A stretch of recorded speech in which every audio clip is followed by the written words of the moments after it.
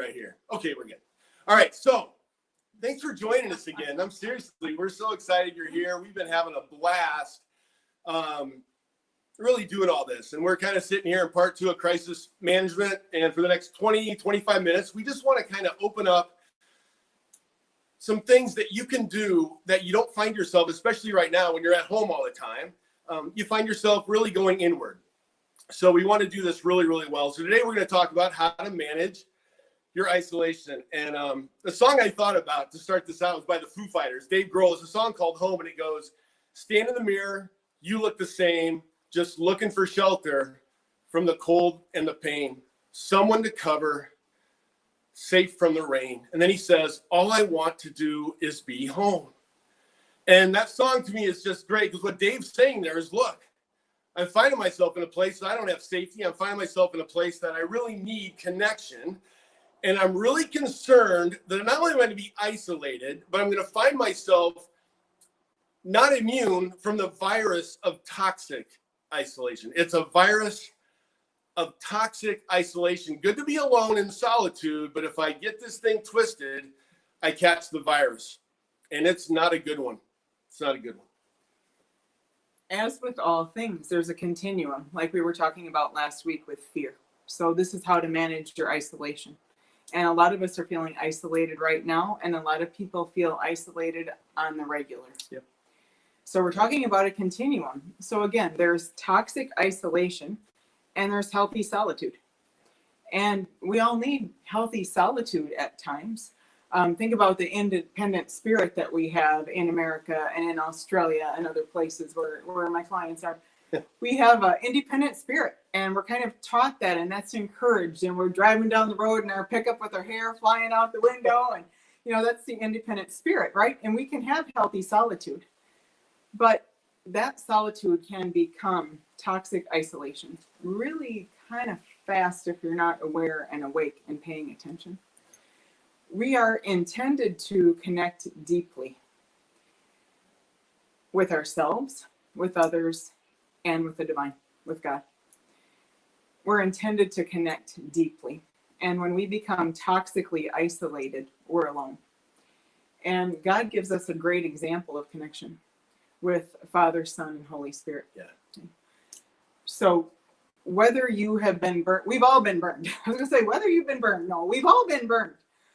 Whether you've been burned by a work relationship gone bad, a partnership gone bad, a love relationship gone bad, friend turning on you, traumatic events in your life, whatever they are, and you stop trusting God and you isolate, and solitaire becomes the only game in town. What happens is when you go through these things, you develop what we like to call a heart callus. A callus around your heart, where your heart gets hardened. And what happens in toxic isolation is people often become bitter, negative, judgy, very judgmental, blaming others because they're not happy. It's not that they're a mean person. They're not happy. They have a heart callus. They're disconnected from the world, from God, from life, from themselves, from others. And dis-ease is caused by disconnection. The opposite of dis-ease and disconnection, of course, is reconnection and connecting to spirit. And healing is about reconnecting to yourself, others, God, the world around you, your animals. Don't forget your pets. Yeah. It's interesting because when we talk about addiction in our culture, the first thought is the opposite of addiction is sobriety, right? But really, the opposite of addiction is not sobriety. The opposite of any addiction is reconnecting with God, with yourself, and with others. And when you're doing that in a very deep way, you don't have this need to go fill a hole in your heart with something that will ultimately hurt you. That you're doing it really in a healthy way. You're building healthy spiritual community around you. As a matter of fact, I saw like a meme this week or somebody that said this, and they said, in 9 months after this COVID-15 or COVID-19 virus, in 9 months, we're going to find out whether we had more babies during this time or more suicides. And I thought, man, is that not legit? I mean, these people staying home. I'm checking in with my kids. Like, how are you doing? You know, my son Brody, he's in an apartment on his own. The two other guys went somewhere else, and that's where he is. And so, you know, I'm going, look, how are you doing there? Are you making sure that this week, next week, the week after, that you have a plan to be checking in? So it's great because he's checking in with everybody in the family. He's making sure he's connected with God, with people in our family, and others. He's doing his best from right there because he knows if that doesn't happen, then you open yourself up to this virus of toxic isolation. And when that happens, man, you can go into some real spirals. And so we really need to be careful around that. And especially right now, and you might be in that place, I would just make sure you speak at the, hey, look, I'm really afraid that I'm going to fill my heart with counterfeits. The counterfeits of anything that you can become addicted to. So be really careful and speak that. Speak. Yeah, if you look at our culture, 47% of our culture feels lonely, unwanted, and isolated. 47%. And that's on a normal day. That's not during COVID-19 quarantine. A normal day, 47% of us feel isolated, unwanted, and lonely. The statistics show that isolation leads to depression and it lowers your immune function. So during a time like this, we don't need our immune function lowered. We need to connect and we need to reconnect. People die earlier if they're isolated. So that can be, people tend to die earlier if they live alone. Now, that does not mean if I live alone, I'm going to die young. That doesn't mean that at all. What that means is if you live alone, you're more likely to be isolated and then depressed and lower immune function and not living as long. So if you do live alone and you don't have a pet or a person, it's really important to connect. It's really important to connect. And Gil's going to talk about that more. But I want to share one thing here really quick and just in this spot that's coming up. If you do live alone, we'll talk about this more, but a friend of mine yesterday said to me in Honolulu, he was talking about meditating and not just for himself, but including everybody and other people and sending love to other people. And I thought that was beautiful. So. Yeah, you know, one of the things I think about in this is that if you go to prison and you're bad, which means it's not a good, it's really bad. They put you somewhere. You know where they put you? They put you in isolation. They put you in what's called solitary confinement. And so when I'm in this place of toxic isolation, I'm thinking, I'm punishing myself. I'm actually in a place where I'm going, hey, Gil, I'm going to do what they do when you go to prison. It's almost like if I went to prison, right, and I'd go right away, I go, look, I'm going to be bad. Send me where I can be alone. That's punishment. And so you don't want to punish yourself in all of this. And so that's why there's death earlier. That's why there's depression. That's why there's, more suicides. That's why there's more mental illness. I mean, you can go on and on with the stats on this, that be careful you don't punish yourself by throwing yourself into this. One of the things that Mother Teresa said, and I think she had a lot of profound things to say for all of us, is that loneliness and feeling unwanted is the most terrible poverty. And she also talked about that for us Westerners in particular, that we really suffer more with loneliness and feeling unwanted than any other society. And she actually described Westerners as lepers at times because of this, because we isolate ourselves so badly, and that leads to loneliness. So why did all of this happen? I mean, if God's design is for all of us to reconnect, and he gives us so many ways to do that and connect to others, ourselves, God, what happened? I think what happens is, and I, as a lot of you know, I do this for a living, is looking at people's emotional pain and partly that anyway, and how that manifests as physical dis-ease. So emotional pain and crises, which we all have, and traumatic events, which we all have in life, leads us to a place of wanting to do life alone. We still have Mother Teresa up there, but I guess that's okay. Hi, we're gonna let her on the cloud. There you go. Thank you. So going through through emotional pain, crises, and traumatic events, okay, leads to a decision to do life alone. Yeah. Yeah. So the belief oftentimes when we go through emotional pain is, well, God just abandoned me. God just punished me. I'm disconnected from God, disconnected from others. I'm just going to be by myself because other people are not safe and I have no control if I'm connected to other people. So I'm just going to be by myself. So then people will say, well, I'm not by myself. I have friends, or I'm on Facebook, or I belong to a homeowners association, or I'm married. Okay. I can't tell you how many people I work with that are married and they're lonelier and more isolated in that than if they were living by themselves. So those things don't mean anything. They're just kind of a defense we put out there. So just because you're with another person doesn't mean you don't feel alone and isolated either. So I think that's what happened. We go through major emotional pain and little by little we isolate and we create that callus around our hearts that we were talking about. That's right. You know, again, don't be fooled. You know, we see a lot of pain, me being a pastor and Beth being a therapist and a healer. People that are absolutely plugged into, you know, parent teacher stuff, or they're in with all these things, you know, they're speakers, they're people that are involved, and yet they go home at night and after being at work with a bunch of people and they just still feel like they're not connected. They're not connected to God, they're not connected to others, they're not connected to themselves. And so we want to speak it, right? And that's kind of what we do here. So I don't know where you are on this scale, 1 to 10. You can kind of determine yourself, no 5s, right? 10 is, man, I'm really plugged into God, self, and others, or, you know, 0, 1, I'm just adrift of all that. So I want to turn this, you know, once you kind of know where you are, I want to turn this around. We want to start doing that. And Jesus is a great model of this. Great model of this, okay? So I'm going to give you how Jesus, who's the imprint of God, it says in Hebrews, that's just, you know, Jesus is God in a bod. And he comes down here, right? Or he comes here and basically starts to show us how to do life. God's design. He did 3 things all in a row. I'm going to give them to you right now. Ready? He had solitude, healthy solitude with God, right? He'd go away from the crowds, get alone all the time. You'd see it all the time. Then he'd come back down the hill, right? And he'd plug in. He'd plug in with the crowds and he'd speak. And then he'd go and he'd spend time with his disciples. So he went crowd, 12, the disciples, 3, Peter, James, and John. And then his best friend was John.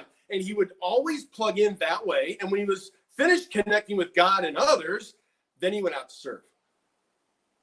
Then he went out to serve. Have you ever served or given yourself at work and all this, but you're doing it out of deficit, not overflow? Of course, all the time. I do it. And you're sitting there going, I don't know if I have anything left. I have more friends. We all look at each other and go, I'm running on fumes. You hear these things all the time. It's how we tend to do life. And we're sitting there going, man, I'm serving not out of a whole heart. I'm actually serving and I'm burned out and I'm tired and I'm bitter. You know, I am the better end. I'm in a bad place. And I'm given like that. So Jesus did this rinse repeat thing. Ready? Here we go again. Healthy solitude, social life, service. Healthy solitude, social life, service. Rinse repeat, rinse repeat, rinse repeat. All the time. It's how he did life. And if you're getting out of that type of pattern, look out. I'm going to tell you what I think it looks like for us. Ready? I mean, I'm not everybody, but I think some people, it goes like, instead of, right, healthy solitude, social life, and then service, it goes like this: toxic isolation, crappy relationships, and loneliness. Yeah, pretty much. We talked to more of you, right? Toxic isolation, crappy relationships, loneliness. And then we wonder why. And we wonder why we get sick. Right. We're like, why am I so exhausted? You know why? You know you're going to have to change your entire life. You know it. Again, repent, Jesus would say. That term in Greek means reconsider your strategy for living. And I'll tell you, that's what we talked about we're going to do this weekend. We're going to sit down this weekend, Beth and I, and go, look, can we reconsider how some areas of our lives? This has been a really, really tough week. I mean, you know, Beth's been dealing with so many people with the COVID-19 piece. She's like a first responder for people around the world, and the calls are coming in one after the other. And you know, we look at each other and we're like, it's so funny. We'll sit there and go, well, I wish we had more people checking in with us. And then all of a sudden it's like, we wish we didn't, you know, it's go away, you know? But this is kind of the way that some things are working right now. So she and I are going to kind of, we do this a lot. We just sit down with a notebook, a notepad, and we'll go, what things do we want to tweak? You know, what are things that are not bringing life? it's that important, because if you get on a road going 1,000,000 miles an hour, doing this toxic isolation, crappy relationships, and loneliness, it's not going to end well. And you know it, and you're sensing it. But here's the thing. Most people come to us already know the answer to what they should do, but they're terrified to do it. They're terrified to do it. I guess there's some of you right now are like, wow, really appreciate Gil and Beth there. That was really good stuff that I already knew, but I'm not going to do it because I'm terrified, right? I'm so scared. I'm so scared to do these things. What might happen? Well, it's going to be out with the old and in with the new. I'll tell you that. In every way. Your friends, relationship with God, how you do life. It's going to be out with the old and in with the new. So we don't have a ton of time here. I just want to move in quickly. What's that? Yeah, the 3 ways. Right. Yeah. I want to talk about 3 ways to know that you're cultivating healthy spiritual community. Okay. We're going to talk about how to connect with God as well through this series. We're going to talk about over here the service piece. But we really want to concentrate on number 2, right? Jesus' pattern was this wonderful, deep, loving, energizing community that he had. How does that work? And how can we help you all, us as well? We're teaching. We want to do this too. Come with us. 3 ways to know that you're cultivating healthy spiritual community. First way goes like this, okay? You're emotionally naked. That's the first way you're going to know that you are absolutely doing phenomenal in your life is you're starting to take off the masks. You're starting to not compartmentalize your life. You are integrated in every area: work, home, family, friends, aloneness. You are fully integrated. You are fully aware. You're fully conscious in that, and you're going for it that way because you're living in a vulnerable, exposed to the right people soul life. That's what's happening here. You're living like that. In Romans 9 and 10, the Apostle Paul writes, the inspiration of the Holy Spirit, he goes, look, I want you to stop pretending in your life. Stop pretending how you're loving. Start living with genuine affection. All the way through the scriptures, you see God saying, go deeper, go deeper, go deeper. Layers need to come off. Masks need to be thrown aside. You just want to be who you really are. And then once you get down to that place, like I know for me, a couple of years ago, I hated who I was. And then I spent 8 months digging deep and realizing I really do. I'm just going to be comfortable in my own skin. Because you know what? It's the skin God gave me. Nobody else has it but me. I'm a snowflake in the sense of being, unique from everybody else. Some of you are like, we know you and you're a flake. Anyway, all I'm going to say is God says, I want to see that happen. So I just want to ask, okay? I want to throw this out there. I just talked a little bit about Beth and I, and she'll talk a little bit about what happened. But anybody have a hard week this week? Yeah. Really, seriously. Bodies are piling up. I don't know. Never seen that. Yeah. People are dying in their apartments. Yeah. We're losing a generation of older people. If that doesn't, I don't know. It's been a tough week. Yeah. It's been a tough week. And we're getting all the stories. Beth is a first responder. She can talk about it. Well, one of the things that's happening for a lot of us is that what's going on in the world right now really triggers our deep pain. And old stuff from the past. I call it another time zone. Okay. So this week I'm working with all kinds of people with COVID-19. I had 15 in one day. And the big symptom here is difficulty breathing. Well, some of you know my history, some of you don't. 18 years ago, I had a 6-foot oxygen tank in the corner of my bedroom and a small oxygen tank as a backpack in my car. I couldn't breathe well. So when I'm seeing things on the news and people having masks and they can't breathe and my clients can't breathe, and I went into a very deep, dark place on Tuesday because it brought back all of my old, I can't breathe. I thought I was going to die. I lost $100,000 to trying to heal. And now I'm afraid about money because look what's happening in the world. All this stuff starts coming up. So it's like a tuning fork and we get triggered from a vibration from another time zone. So that's part of this isolation too. And like Gil is saying, we need to connect, be emotionally naked, share your heart is the way I would say that. He would say, be naked. I'd say, share your heart. Yeah. Share your heart with others. Mine's more exciting. Mine's more exciting. Okay. All right. So find people that you can be yourself around, that you can share your heart with, you can be emotionally naked with, you can share your heart, you can take off the masks and the suit of armor and be yourself. Don't be fake anymore. Be real. Find people you can be real with. Yeah. I mean, I'll be honest. My guess is some of you are going, that's not my crew. Right. Be kind about it. Be compassionate. Say goodbye to that crew then and find another crew. It's okay. You know, every now and then, every few years, I'm doing that. And I'm sure there's some people that say, Gil, you're no longer part of my crew. That's okay. Well, and be compassionate with yourself as well. Yeah. My website is best, as in you are the best, healingsolutions.com. And it's myself and some other fantastic healers. If you need help moving through old trauma that's coming up or anything coming up as through this time, you know, check us out. That's not full on related to this talk, but I wanted to share that in case people are having trouble. Yeah, you have us. And I'm serious. We're here for you. You know, we're here for you. We're actually doing this because we see a lot of people out there that are not connecting in certain ways with spirituality or church or whatever it would be, or they're kind of recovering in their lives right now. And we want to be here. And, you know, Beth runs a company like that. She has a ton of great practitioners and people that are awesome. And so anyway, just want to know, we're here for you. Okay, second thing.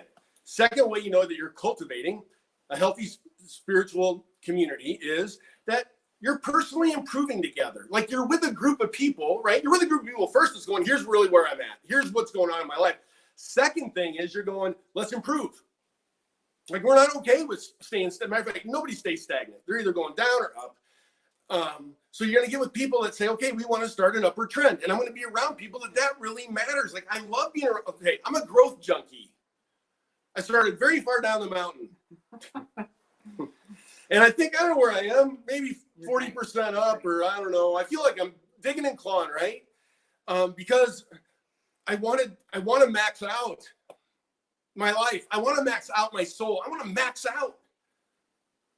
I get passionate about it. I want that. You know what? I want people next to me that are maxing out. And some of you know this because you're into health and fitness, and you find those people, man. You don't just get together and go, oh, wow, it was a really nice time at the gym today. I got on the treadmill, did about a half an hour, you know, watch a little bit of The View, and now I'm done going home. No, you get with people that go, let's show up and let's get it done. And when we're finished with it, we're going to look at each other and go, darn straight, we just went for it. I'm dying right now. My quads hurt. You know, I love getting people like that. My triceps are burning. You know what I mean? We get with people that's going on. I want to say stuff like that about my soul. I want my soul to be getting workouts because I want to look at Beth. I tell her this all the time. I go, well, we're going to teach together. And, you know, I said, the number one thing I want you to be able to do when we teach together is look at me and go, he's the real deal. Yeah. No, you're not a faker. Yeah. I mean, I want Beth to go, man, I see all your stuff. I mean, I know you're going for it. And I know that you're working on it. And so when I said, I need to know that. I don't want to be a faker next to you. I want to make sure, okay? I want to make sure. And so God comes along in Romans 12 and he says this, 7 things. He goes, 7 things I want you to get better at, right? He goes, Romans 12:11, he goes, I want you to get better. I'm going to list them off, all 7 of them. I want you to be a harder worker, better worker, right? Me too. I want you to have a better attitude. Me too. I want that. I want you to be more patient with people. How about that one? How about you talking about that one? More patient. Me too. I want you to pray more maybe, huh? Me too. I want to connect with you, God. I want you to serve others. Yep, me too. Then I want you to be more joyful. How about that one? Oh my gosh, I want to be in. And then he says, I want you to have more loving relationships. Those 7 things. Those 7 things.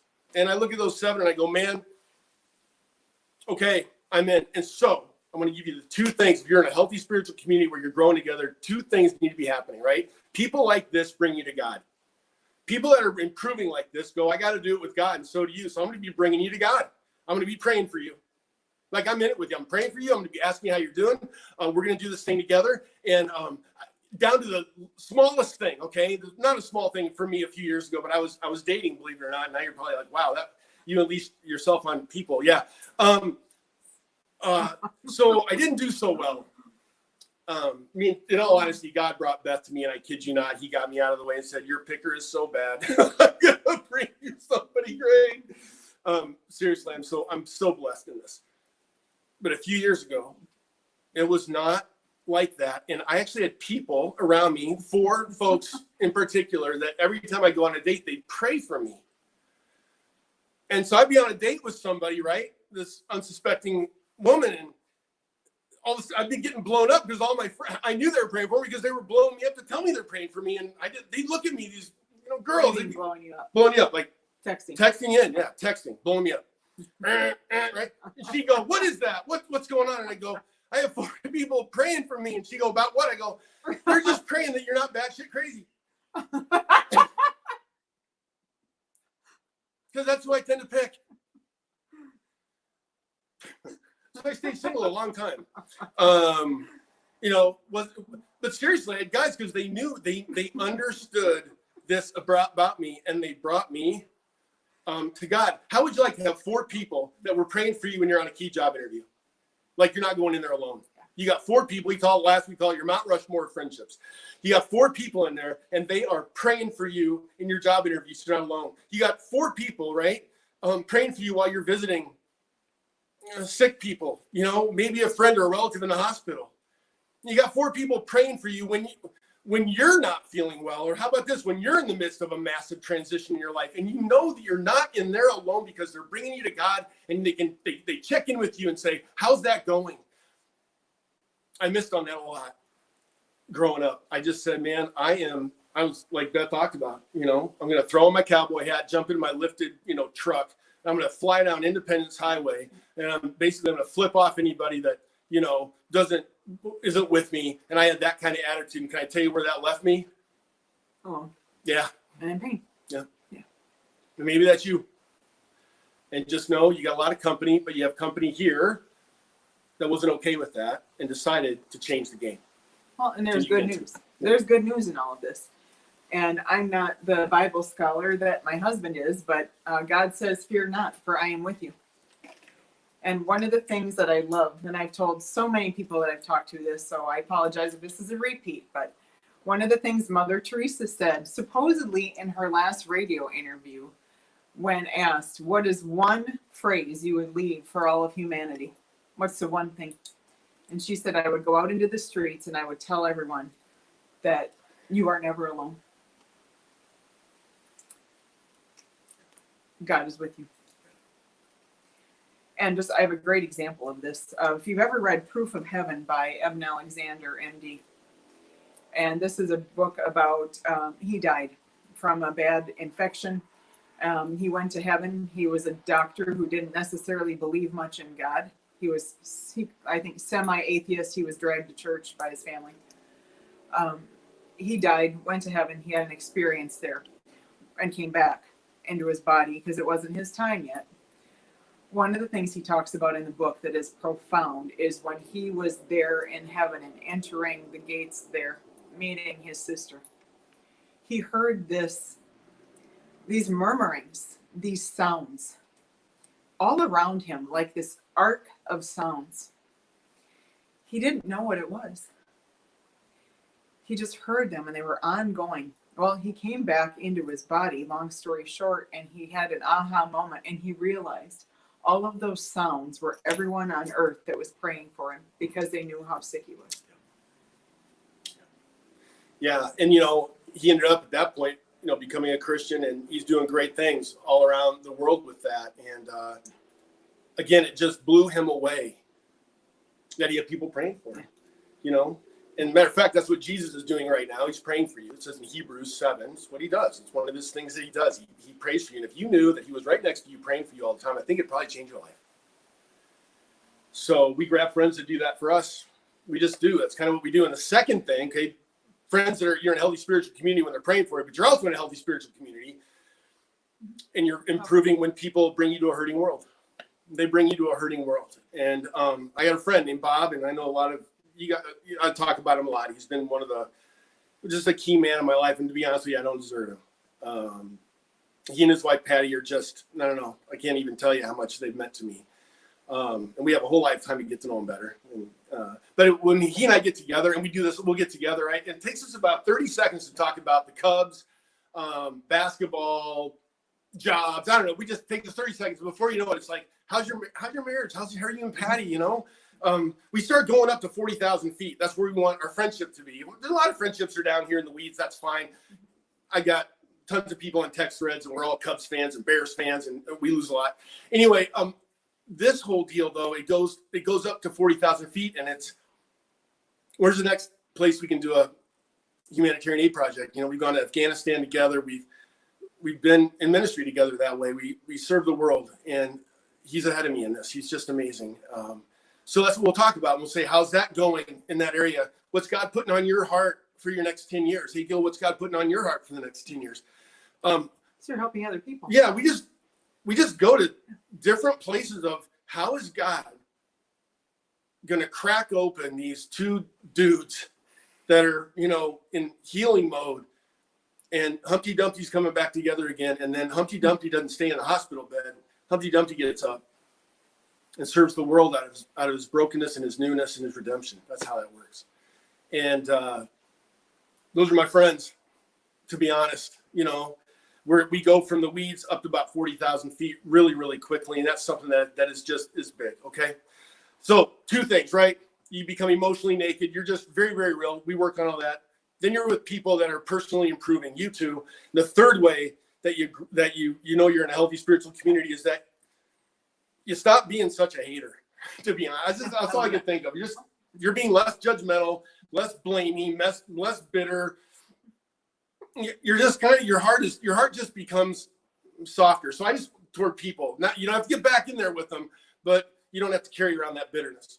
And so I just want to ask you, okay, and I mean this, both of us want to ask. Think of someone right now that you absolutely dislike, or worse. Okay, might be an ex, might be a coworker, might be could be somebody 10 years ago that abused you. It could be a lot of things.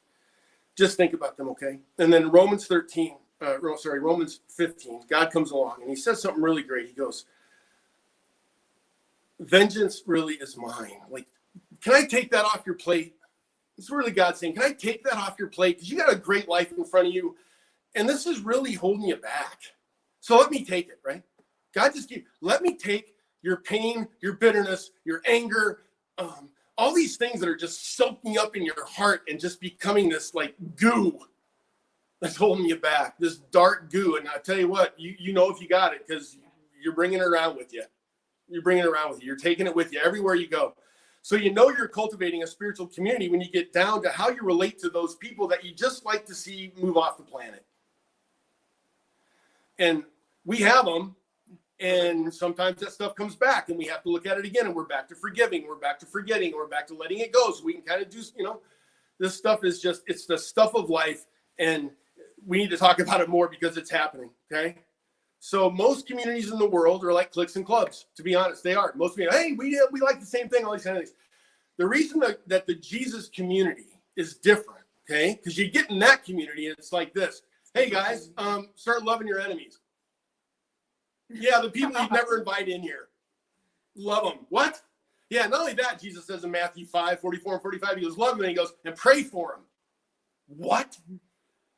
My prayers are usually not for them. They're against them. Oh, and that isn't true. You don't pray against people. I do. And I do at times. But here's my prayer, right? God, show them their wicked ways.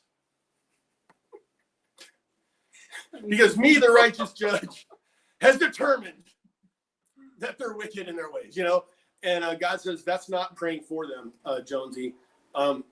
Here's how it goes. I want you to pray their best. Because I want their best. And right now they're in a really bad spot. So bad that it's eating their lunch, One of the things that I work on really hard every day is taking the high road. And that's another way of saying, stop being such a hater. We're all in pain. We've all gone through pain. We all have had pain. We're all dealing with pain. Be compassionate, even for people you don't like. Be compassionate, see what their story is, why they've gotten to this place where they are today. Do the same thing with yourself, by the way.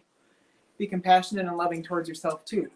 But love your enemies, love yourself. Always take the high road. And forgive and forget. There's this thing that goes around in our culture in modern times. Forgive, but don't forget. Forgive and forget so you can let it go. so that you can stop blaming others for everything and look at yourself and connect to God and let go of your heart calluses. Every time you hate somebody, you're creating a new callus around your heart. So forgive, forget, let go of the callus. Yeah. So let's just close on this, okay? Man, thanks for letting us go a little bit. We're so excited for you and excited for Double ourselves. time. Yeah, our bad. So remember those three things, okay? Just remember them. This week, I was talking about Beth having a tough week. Me too. I was in a treatment facility a couple years ago, and I was in a group of guys, and one of them was 24 years old. And he and I became kind of close. He would say things like, "Man, you're like you got a lion's heart, Jonesy. Your heart's so big. Praying for you." And I'd say to him, "Man, I wish you were my boy," because I did. He was incredible. One of the top lacrosse players in the state in high school. He's one of the top chemical engineers at the University of Arizona. And he was one of the top heroin abusers in the world. He didn't do anything halfway. And I found out this week that he OD'd and died. And a buddy from the group found him in his apartment. And I can't do this stuff alone anymore, I used to be like, I'm good, God's got it. I used to have all these little spiritual sayings, that would help me not feel. And God's like, I'm not going to let you not feel anymore. And so I feel, and it hurts. I feel so bad for his family, brothers, mom and dad. I mean, he was my family guy, right? We had to be a family weekend at these things where, you get to get straight with your family. He was my buddy on that. And my boy, Cade, that whole weekend, we played cards together. We hung out together. My son got to know him. And I tell you, this week I called Cade, and that was not a fun phone call. So I got people, right? I'm just being honest, right? I'm following God's plan. Be genuine and don't pretend. Grow in this stuff. Like I'm growing in grief. I got to learn how to grieve better. And then, make sure that you got, people with you that are really, helping your heart, not just helping your heart live in grace, Okay, so that's it. Okay, would you do those? Would you consider it? Would you spend some time this weekend working on it? We're going to be here every Friday. Mm-hmm. Yeah. And we're going to be here at, 9 Eastern, 8 Central, 7 Mountain, 6 Pacific, 3 o'clock Hawaiian time. And next week, we're going to crack open another one of these around crisis management. So anything you want to add or?